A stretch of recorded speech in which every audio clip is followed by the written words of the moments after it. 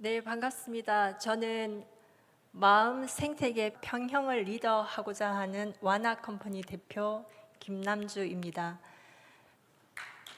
네, 반갑습니다. 그 앞에서 두 분께서 말씀해 주신 사띠 수행 들어보니 좀 재미는 있는데 좀 어려운 것 같지 않으십니까?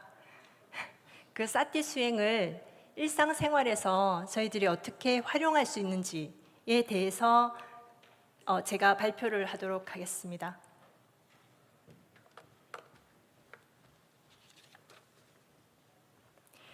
먼저 지금 보여지는 장면들을 잠깐 보고 지나가겠습니다.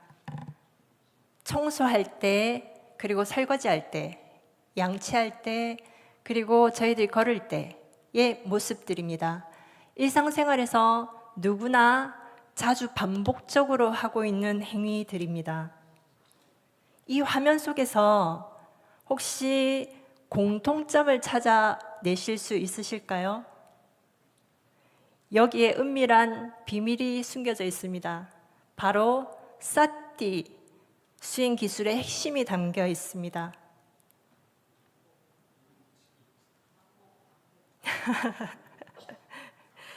예, 사띠 수행의 핵심 기술 세 가지.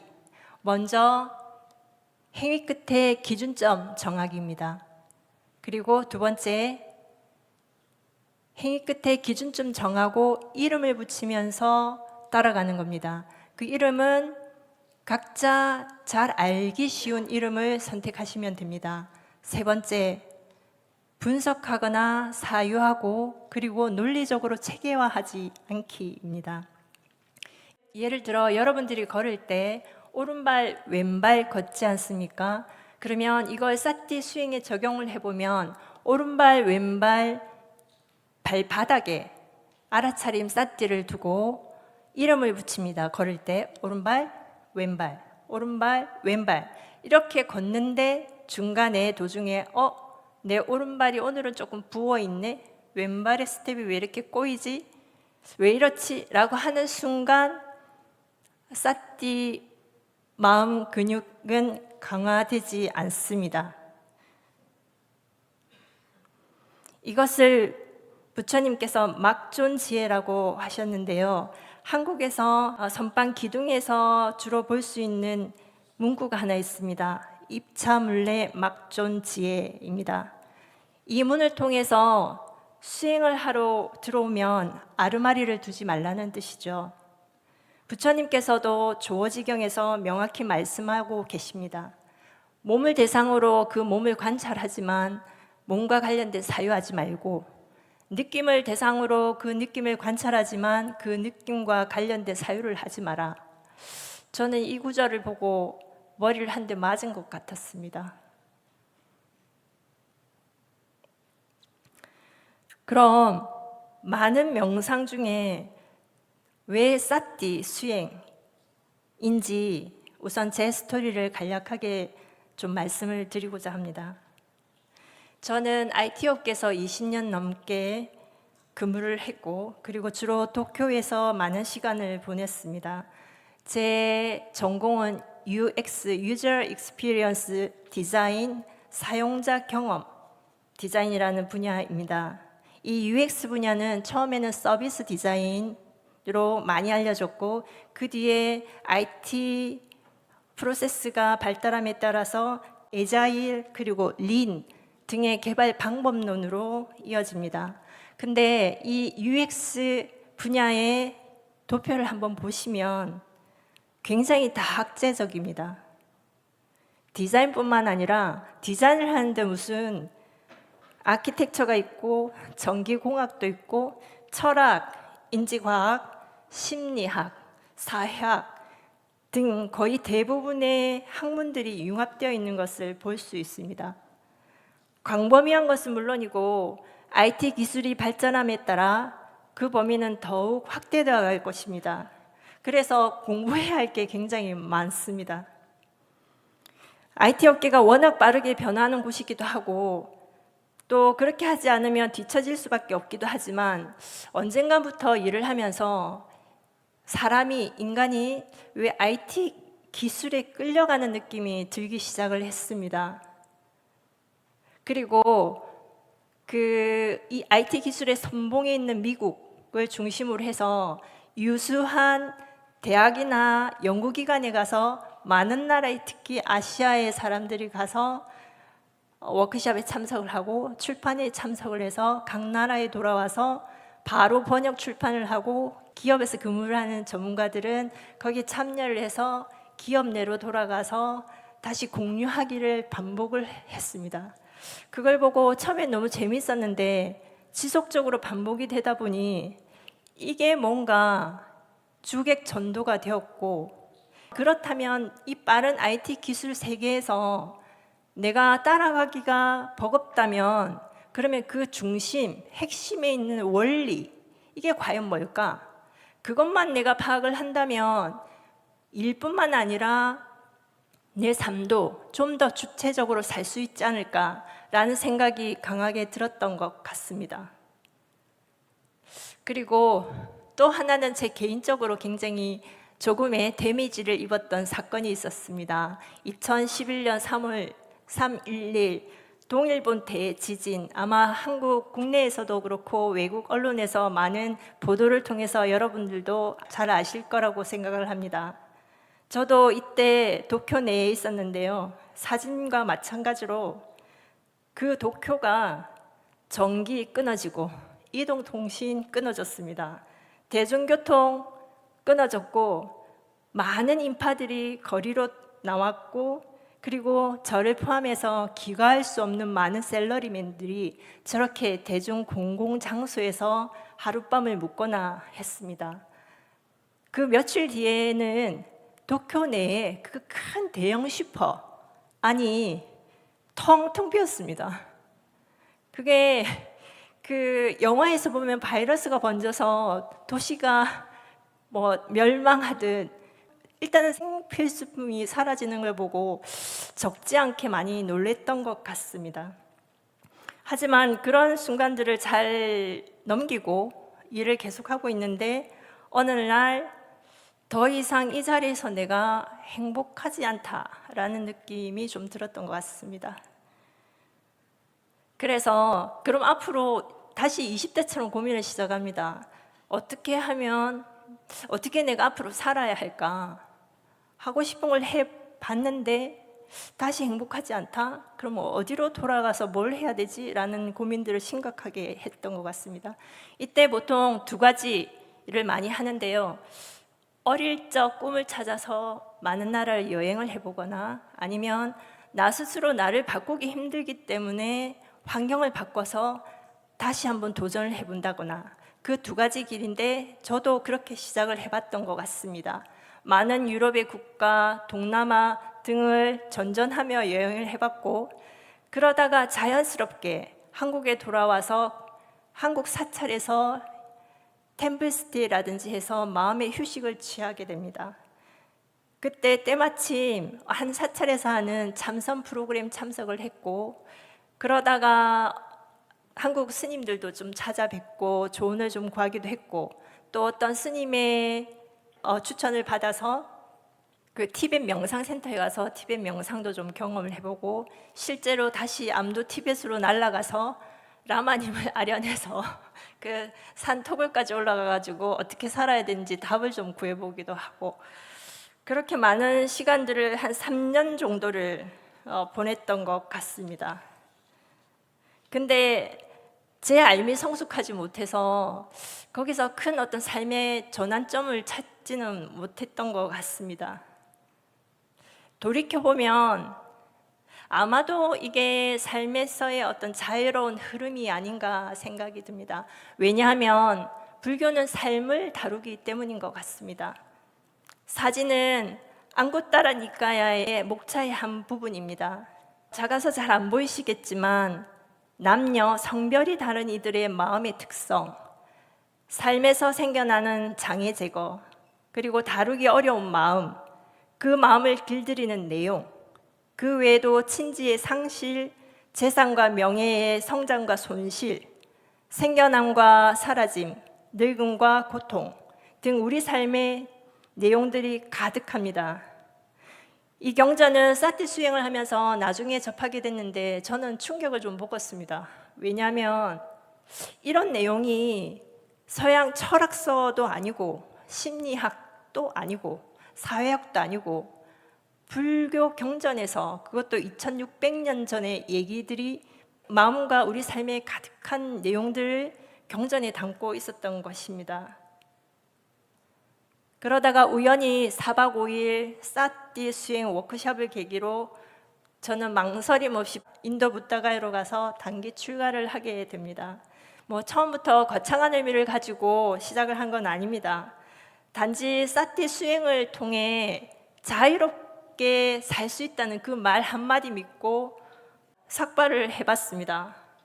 삭발도 어떤 거창한 불교 의식의 어떤 의미를 둔 것도 아닌데 단지 한 번쯤은 제가 느끼는 마지막 자유를 쟁취하는 어떤 수단이라고 생각을 했던 것 같습니다.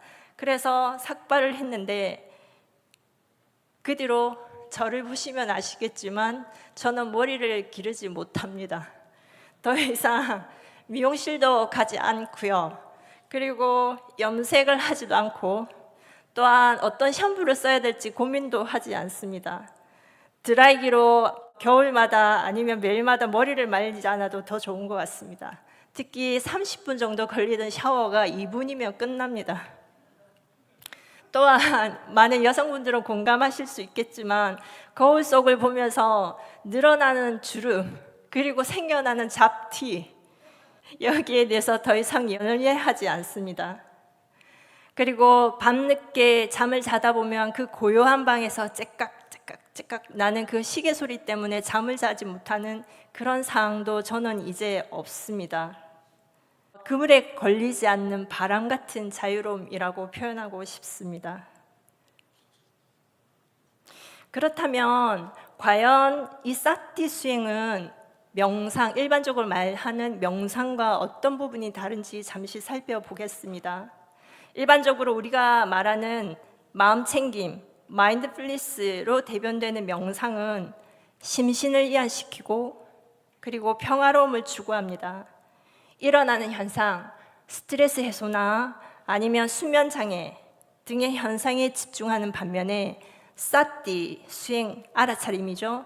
는 우리 삶을 괴롭히는 괴로움의 원인을 통찰할 수 있고 그리고 그로부터 자유로울 수 있기 때문에 스스로가 당당하고 주체적인 삶을 살 수 있습니다. 구체적으로는 마음 근육의 탄력성을 강화하고 마음 에너지를 보충하고 또한 스스로 가끔씩 싫은 자기의 모습이 보이기도 합니다. 그래서 자기 성찰이 강화됩니다.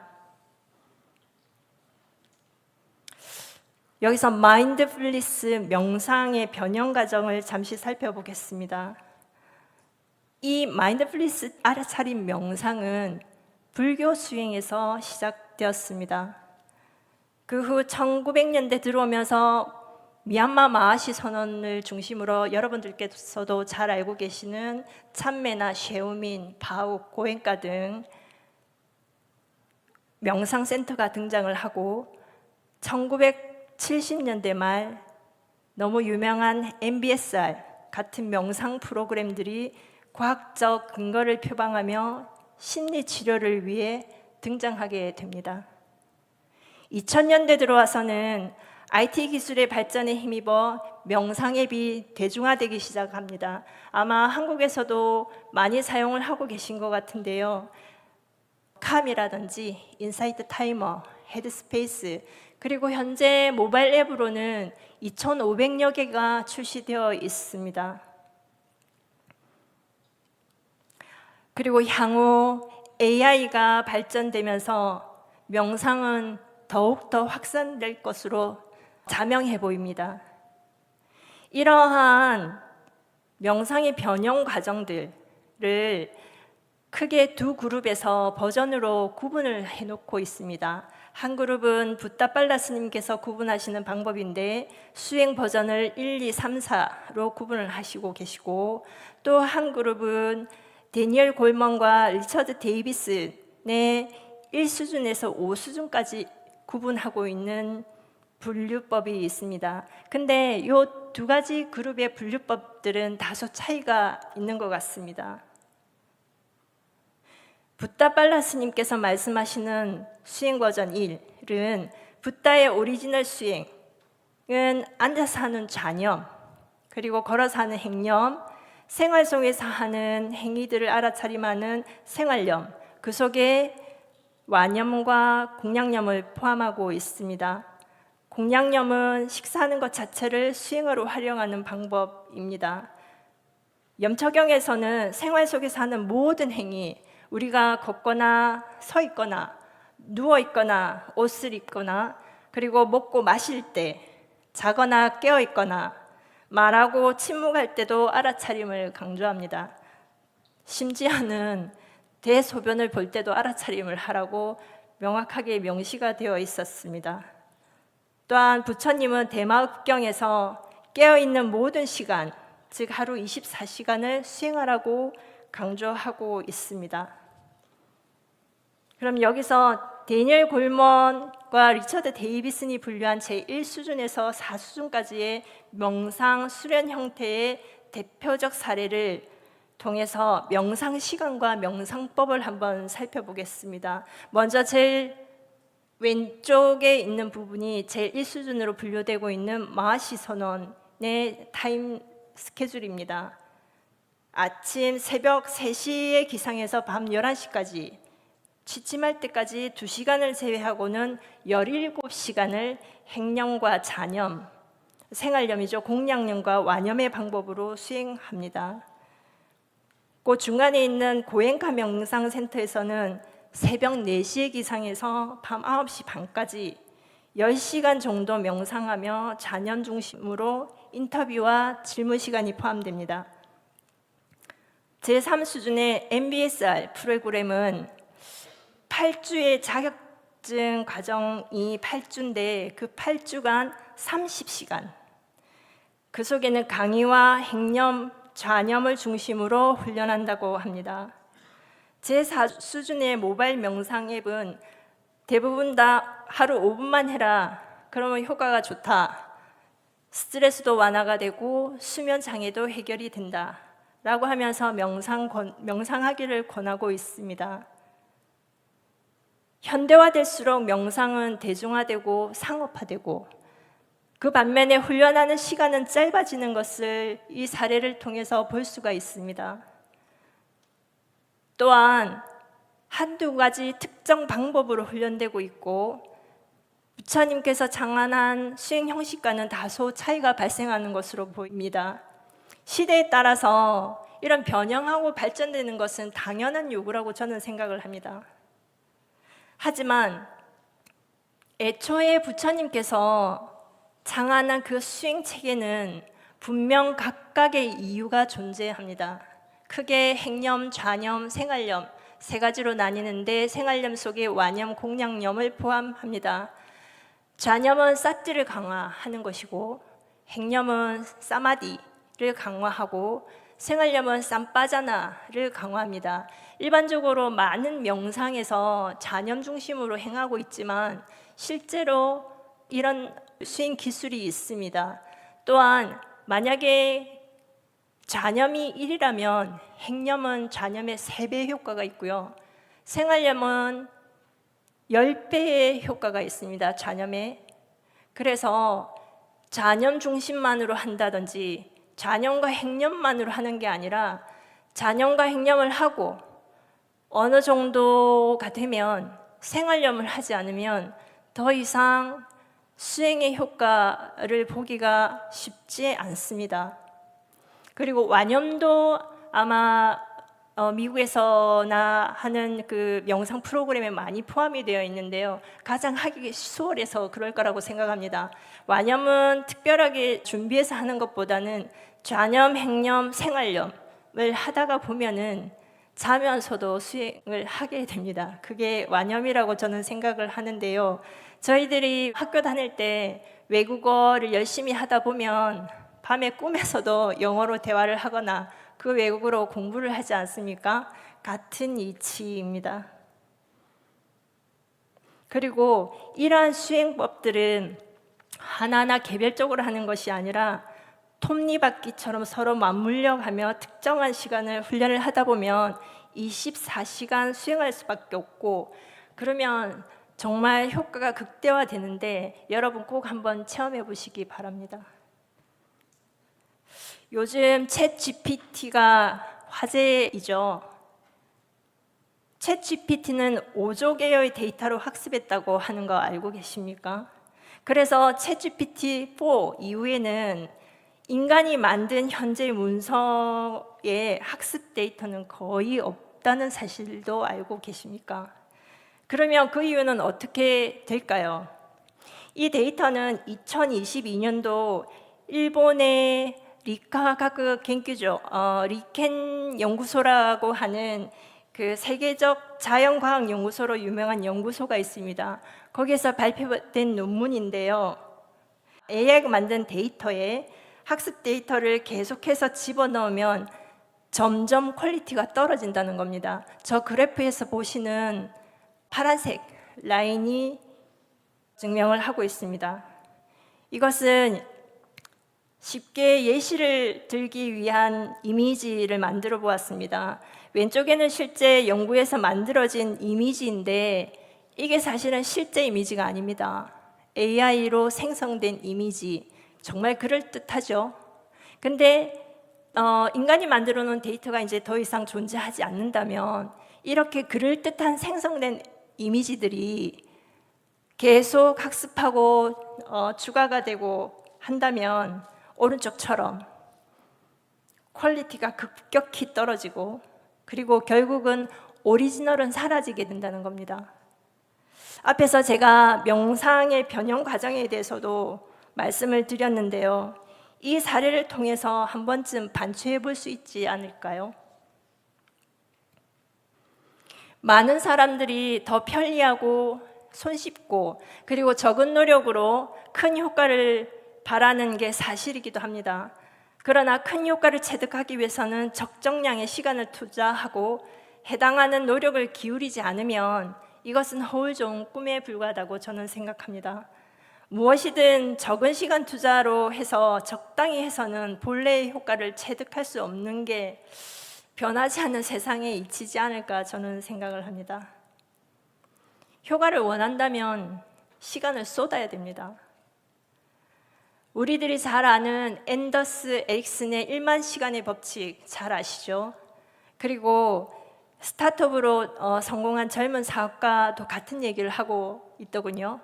결국 압도적인 시간을 쏟는 게 가장 중요한데 그 압도적인 시간을 쏟아야지만 장기적으로 봤을 때도 더 멀리 갈 수 있는 힘이 되기도 한다고 합니다. 급격하게 발전하는 과학기술과 세상에서 그 흐름에 끌려가지 않고 주체적으로 살 수 있는 방법, 앞으로 어떤 세상이 펼쳐질지, 어떤 과학기술이 발전하고 코비드처럼 어떤 그 상황이 될지는 예측하기가 굉장히 힘든 상황이 지금 펼쳐져 있다고 생각을 합니다. 그러면 이런 상황을 적절하게 내가 내 마음의 원리, 그리고 마음의 원리를 알고 내 마음의 주인공이 되고 어떤 마음에도 끌려가지 않고 마음을 정복하며 살 수 있다면은 그게 행복이고 저는 자유라고 생각을 합니다. 그래서 제가 한 이 사티 수행을 통해서 제가 모바일 앱을 하나 개발을 하고 있습니다. 저뿐만이 아니라 저랑 같이 일을 했던 IT 친구들, 그리고 더 나아가서는 더 많은 사람들이 사티 수행을 좀 간편하고 어디든지 할 수 있는 서비스를 개발하고 있는 중이며 11월 달에 구글 플레이나 앱스토어에서 다운로드 받아서 이용하실 수 있습니다. 이름은 사티 아트입니다. 붓다가 한 마음 근육 탄력성 강화입니다. 사티 수행 전문가와 그리고 글로벌 IT 개발 전문가들인 라인, 야후 개발자들과 함께 개발하고 있는 중입니다. 여기서 크게 두 가지 차이점이 있는데요. 일반 명상과는 좀 많이 다릅니다. 왼쪽에는 보시면 전통 수행처에서 하는 타임라인 그대로를 모바일 앱에서 하실 수 있고, 또 하나는 마이노트라는 기능을 통해서 마음 근육 훈련들을 기록하고 체크할 수 있는 체크리스트가 제공됩니다. 이것은 실제로 수행처에서 이용되고 있는 그 수행 노트이며, 만약에 여러분께서 모바일로 이용을 하시다가 실제로 사티 수행처에 가시면 수행 점검을 받으실 때 유용하게 적용하실 수 있습니다. 그리고 이거는 그러니까 많은 지금의 2,500여 개 이상의 명상 앱들이 동일한 방향으로 나아가고 있는데, 상황별, 개인별 맞춤 명상이 굉장히 많습니다. 우리는 만 몇 개, 우리는 몇 천 개 제공해요. 하지만 저희들은 제공하지 않습니다. 그리고 긴 설명하고, 그리고 어떤 배경음악을 제공하지만 저희들은 제공하지 않습니다. 또한 명상이나 수행이 여러분 어떤 책이든 영상이든 들어보면 아시겠지만 추상적인 미사옥으로 유혹하지 않습니다. 사티 수행은 너무 명확하고 기술도 정확하고 하시는 만큼 그 효과들도 여러분들이 체득하실 수 있을 거라고 생각합니다. 그래서 지금 2,500여 개 나와 있는 그 명상의 기준이 되고자 사티 아트를 개발 중에 있습니다. 한 가지 더 말씀을 드리면, 이 사티 아트는 사티 수행에 기초하고 붓다가 설한 오리지널 경전에 기초합니다. 그리고 수행을 완성한 눈푸른 수행자의 안목으로 정립한 이론 강의도 제공하고 있습니다. 제가 마지막으로는 사티 아트를 한번 해보고 싶다는 생각이 들었는데 시간이 얼마 남지 않아서, 그러면 아주 간단한 것, 걸으면서 하는 행념을 잠깐 여러분들이랑 같이 해보고 싶습니다. 한 1분 40초 정도 남았는데요. 그 자리에 그대로 앉으셔서, 항상 여러분 걸어 다니지 않습니까?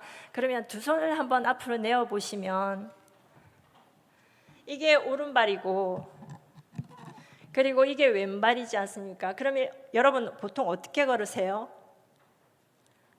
그냥 걸으시죠. 이렇게. 근데 앞으로는 걸으실 때 오른발 발바닥에 마음을 한번 둬봅니다. 그리고 왼쪽 발바닥에도 마음을 한번 둡니다. 그래서 이렇게 서 있으면 오른발이 나갈 때 오른발 발바닥에 마음을 두고 걸으면서 오른발, 그리고 왼발이 나갈 때는 왼발 발바닥에 마음을 두고 걸으면서 이름 붙이며 왼발, 오른발, 왼발, 오른발, 왼발. 잠깐 눈을 살짝 감고 한번 해보시죠. 그 느낌만 한번 알아차려 보세요.